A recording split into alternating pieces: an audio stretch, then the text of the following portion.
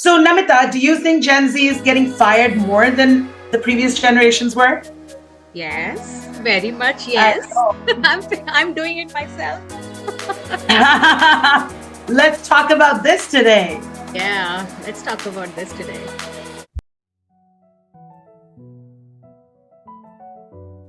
Well, Simrit, it has been happening over the past couple of years that we have been hunting for a right talent and we find one, okay? A very smart, intelligent, these Gen Z, they're full of energy, but somehow like within a couple of months they're all out. Like sometimes we fire them, sometimes they are out.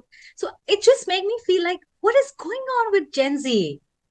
What's Yeah. going wrong? What happened? And I don't understand. I have been researching, I've been finding answers about it. And there is something that which I think which every one of us would need to realize and need to find out that why this is happening, and how we can Yeah. actually try to help them. Yeah. It can't be good for the, workforce for people to be quitting and getting fired all the time and as a generation. But, I do think it may be a little bit of a stereotype and it's oversimplifying the situation. There would be few factors that contribute to this. But let's explore those. So Yeah. let's start with your reason number one. What do you think? Why is the current generation the young force behind all these big corporates? And you hear such big things. Yeah. What's the reason that there seems to be a lack of commitment, or what is it? Well, the first and the foremost reason is the mismatch in expectations, Simran, between the Gen Z and their employers.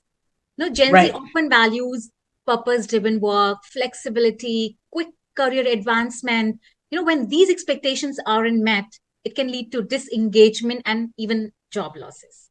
For example, I know someone who left their job because they weren't given opportunities to work on meaningful projects. So now the question is meaningful project. What is meaningful for me may not be meaningful for that person, right? And that Yeah. created friction and that there was no interest in work. And then finally, there was one solution. You're out. So that is the So, purpose. in their defense, what did our generation do? We were given meaningless projects. We were given the grind, like buy, go get coffee, simplifying Yeah, it, yeah. just photocopying, Xerox, just write it, email. All this seemed meaningless to us also. It's like mindless work, right? This, We're not using our full potential, but we stuck to it. Why? We believed in loyalty. We believed in a commitment. yeah. So is that wrong for them to move on No, I because think we used to stay in no, it? Simrit, this the jobs you're telling me, getting coffee and this and photocopy, these are very much out. They're just not even considered. Even nobody, everybody wants to do their own job, self printing. It's even pantries are like self taken care of. You don't have to have somebody who can come and give you coffee. But I feel is the lack of workplace readiness. Maybe it's because of that. Many Gen Z workers they started their careers during the pandemic and missing out on opportunities where they could actually personally learn things, one-on-one interaction, or there is a team to communicate with, a mentorship, a mentors who would teach them in the beginning of their careers how to do this thing and that thing, how to carry yourself forward, how much patience you have to be, if you're learning something you need to have patience. And even basic things like giving presentations, how to present yourself, a lot of these small little things have really affected their own personality development and Yeah. digital So communication. this is an interesting point. The online model, I think, doesn't work for anyone. So these kids jumped into careers when they were in the online model. That I think would have created an opportunity where they don't know how to. Social interaction was a problem, right, for these kids. They didn't know how to, like, they knew social interaction at a school level, but we're talking about adult office relationships. Yes, Were they not able to? They don't know the boss, like they were kids, they might have rebelled against the teachers, but are they forgetting that with a boss it doesn't work it like this? doesn't Like you're work employed, right, you're right. seen. So yeah, I mean that was circumstantially, but how do we go back and teach them? So there has to be skill set, like on the job interpersonal relationship skill training. It's really interesting. How do we do with that? And Simrit, it's not that it is not going on. The companies, they have understood this. They are trying. They are trying to train them, to be with them, help them. But the problem is, Simrit, the digital world. There's another big problem. The digital world, the digital distractions. They still live in Right. that world.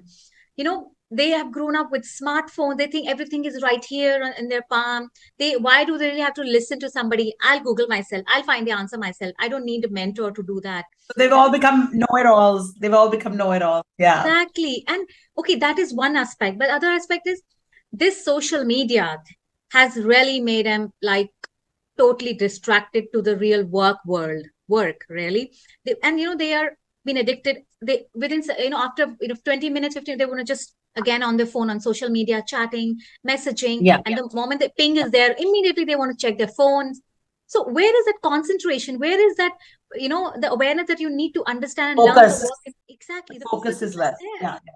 So that So is yeah, that is one thing that I think what we call the lack of focus, because they're into instant gratification, right? As well. So if that I'm not just talking about this in a loose term. I'm saying if the message comes, most of us don't need to see it till the evening. It's okay. yeah. Somebody's message, they need to see who is it. They want to quickly reply back. They're waiting for replies. They're on their phones.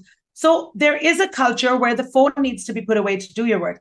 But without that phone, sometimes the work's not happening. So it's a big mismatch going on as well. I think one of the main things is the priorities and the comparisons. Gen Z has placed a bigger emphasis on work-life balance, whereas our generation, when we were starting out, like working 12 hours a day, was said, you know what, you've studied, now this is your time to put in the effort and work 12 hours a day in the office.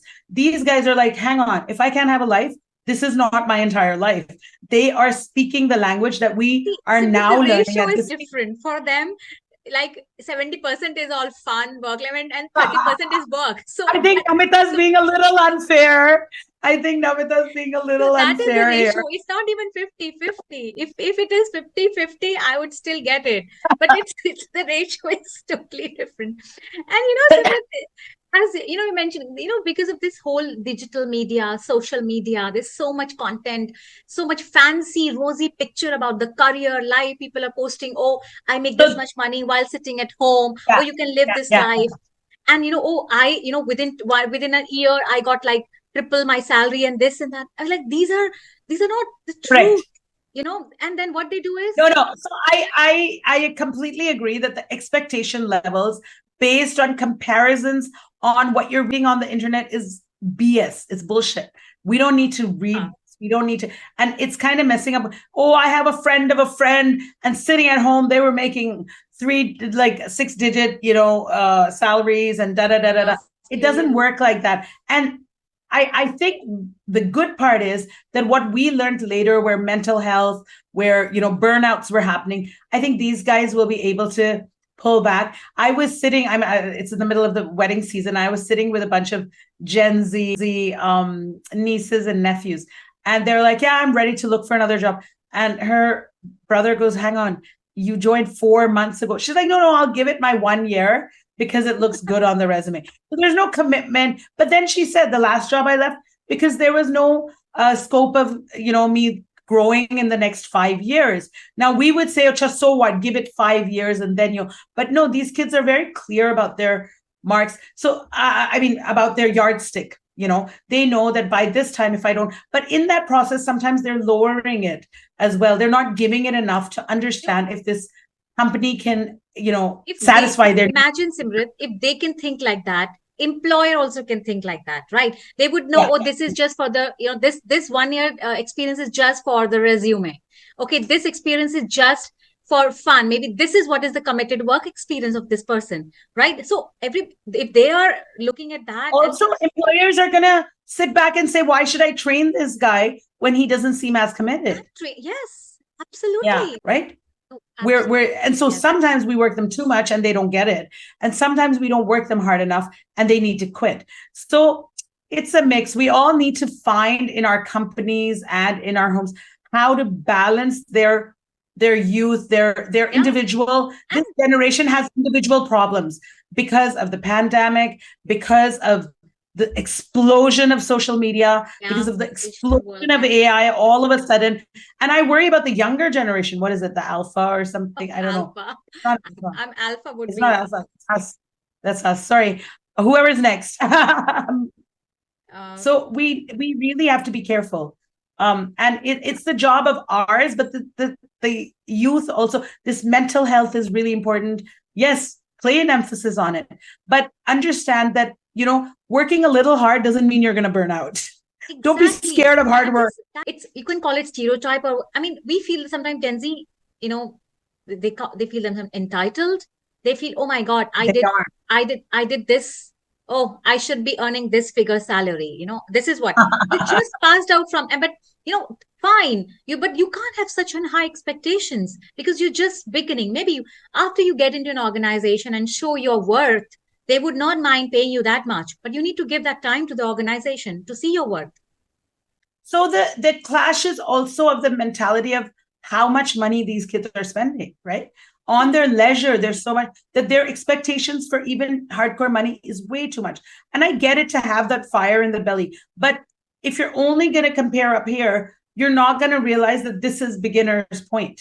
Whatever we've discussed, all these pointers, I agree to, with your pros point, and I would not, I have my own points where I feel it's not just totally like we say, we can't be saying that, oh, we are at fault by raising them, or they didn't get that suitable environment. It's not totally wrong, but partially it's not just because of that. There are other reasons, because of their exposure to other things, and because as a parent, or as a, I would say, caregivers, we tend to forget that we need to bring them to the real world. It's over. Everything is over. We need to tell them the do's and don'ts of the society, of the workplace, and we need to train them to that level. They have to get out. The bigger thing is, I agree with you.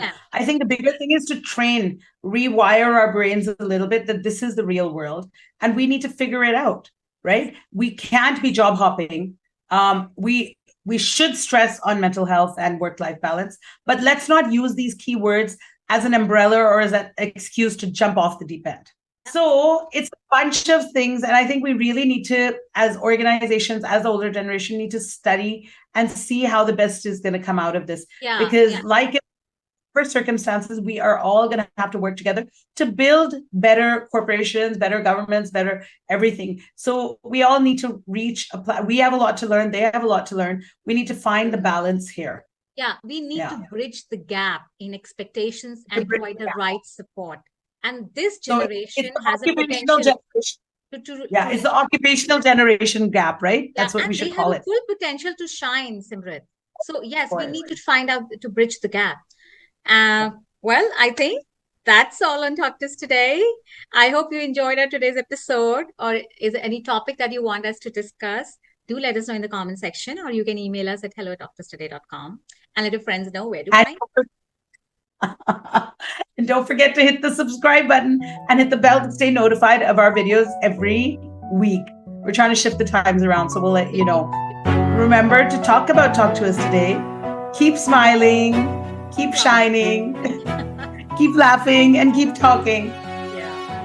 Bye, guys. Thank you for joining us. See you next Friday. Bye.